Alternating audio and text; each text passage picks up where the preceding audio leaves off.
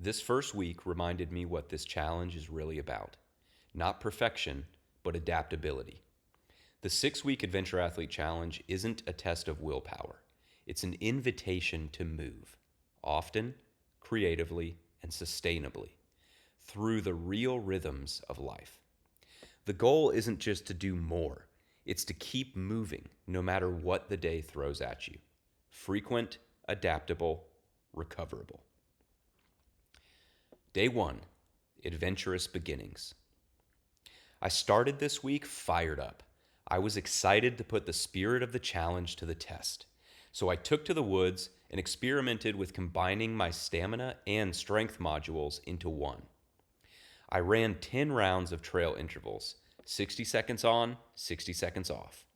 Between each running interval, I alternated between either walking or dropping into one set of 20 push-ups, band rows, or bodyweight squats.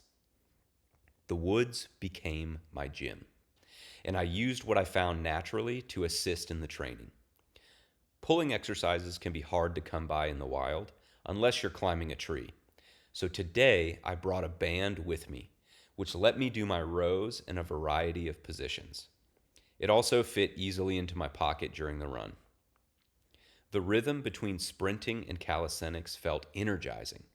The strength made my running more efficient, and the running kept me engaged and focused. By the end, only 25 minutes total. My heart felt alive and my mind clear. I completed 3 rounds of 20 reps of calisthenics and ran 1.4 miles. Along the way, I got my hands muddy, I got up close and personal with some deer tracks, and I even found a cool feather for my cap. Later on, back home, I finished out my 3 rounds of hollow body holds. For whatever reason, I just liked doing the core a little bit later on my own. That evening, I caught up with my partner Eva as I rolled out my upper body for about 15 minutes. It was a great first day, and it reminded me that movement doesn't have to fit inside 4 walls. Mother Nature provides everything you need and more. Day 2, small doses, big return. The next day was tighter on time. Classes, errands, and the usual noise of life. So I kept it simple. In the early afternoon, I stepped outside and did 7 rounds of 5 kettlebell squats every minute on the minute. I kept things fresh by changing up how I held the bell every round. Then, 3-minute skill blocks. Balance, crawling, get-ups. I could save on transition time by just doing one move for the full 3 minutes before moving on, and that took a little less brain power too. This whole workout was less than 20 minutes total. That's it. But I couldn't resist a little challenge. I've been eyeing my driveway for a long time, curious how hard it could be to crawl the distance of the loop. The first round, I completed it in 1 minute and 40 seconds. After a little rest, I tried again and got 1 minute and 18 seconds. When I measured the distance later, I found that one lap was 103 yards. I'm not sharing that to brag, but to illustrate the point that I was able to crawl 206 yards in a combined 3 minutes. The next time you think that you don't have enough time to exercise, remember that intensity isn't about time, it's about intent. That evening, I was hanging out with some friends until about 10 p.m.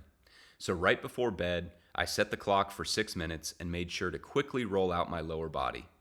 It really helps me break down mental barriers when I realize I only have to do something for a brief amount of time. If I had considered a longer foam roller session, I probably would have just skipped it. Setting the clock made the task achievable and focused. Day 3, flow with the day. I definitely started the week with a bang as I was excited to begin the program and see where my limitations were. By day 3, the soreness really hit. I could have probably done a little less sets or reps early on to ease into the program, but on the other hand, a little soreness is normal when you begin a new routine. I started with a trail run in the morning.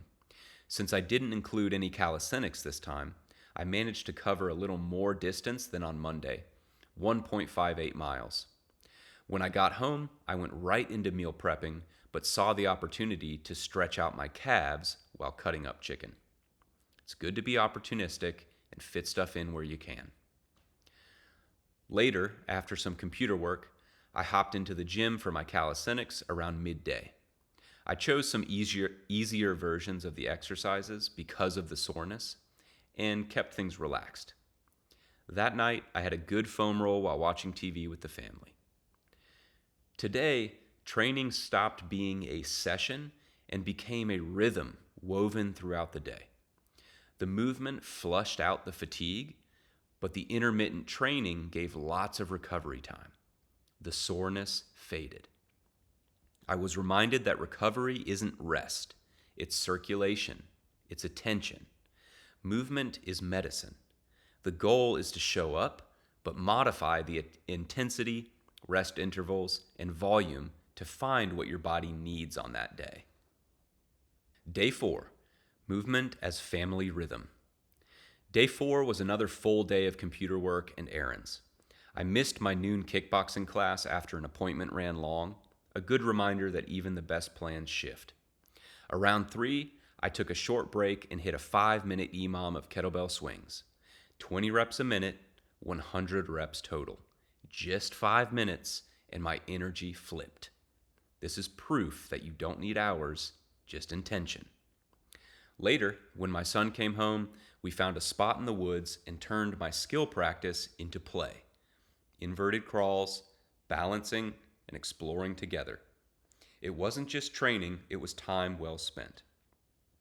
By this point in the week, my quads were probably the sorest part of my body, which is no surprise after daily squats and running. So that evening, I focused my foam rolling there, stretching and really relaxing the calves while watching TV. That's one of my favorite ways to wind down, turning a sedentary moment into something restorative and therapeutic. Little choices like that keep the rhythm alive. Day 5, strength in play and friendship. Day 5 was another integrated adventure, a reminder that training can be joyful, social, and shared. I woke up tired after a rough night. My son had been restless, so sleep was light. But once morning came, I taught my steel mace class with some wonderful people and used the warm-up as my strength circuit. Just 2 rounds of steel mace squats, push-ups, and rows. Enough to get the blood flowing, but honor the lack of energy from the previous night. Later that morning, I met up with my friend Sean and we headed into the woods to explore, looking for boulders to climb. We hiked a few miles with packs, warming up one last time with squats and presses before climbing routes and lifting stones. The woods became our gym, part strength, part adventure, and part play. That's what stood out to me this day. Movement doesn't have to be lonely. Training with friends or blending it into shared experience reminds us that fitness was never meant to be isolated. Sometimes the best workout is one that doesn't feel like work at all. Day 6, adaptable in the wild. Day 6 was a perfect test of adaptability. Traveling for a wedding, long drives, social events, and unpredictable schedules. Normally, that would have thrown me off, but this time I was ready. I packed my 35-pound kettlebell, the same one I've had since I was 14 years old, and a small trigger point ball. After breakfast, I took 15 minutes for myself. I started with 5 minutes of rolling out any stiffness from the previous night's drive and from sleeping in a new bed. But then I got playful. I was staying in my childhood home, so I revisited some old training grounds as I practiced balancing on a high retaining wall. I explored ways to shuffle crawl through the grass,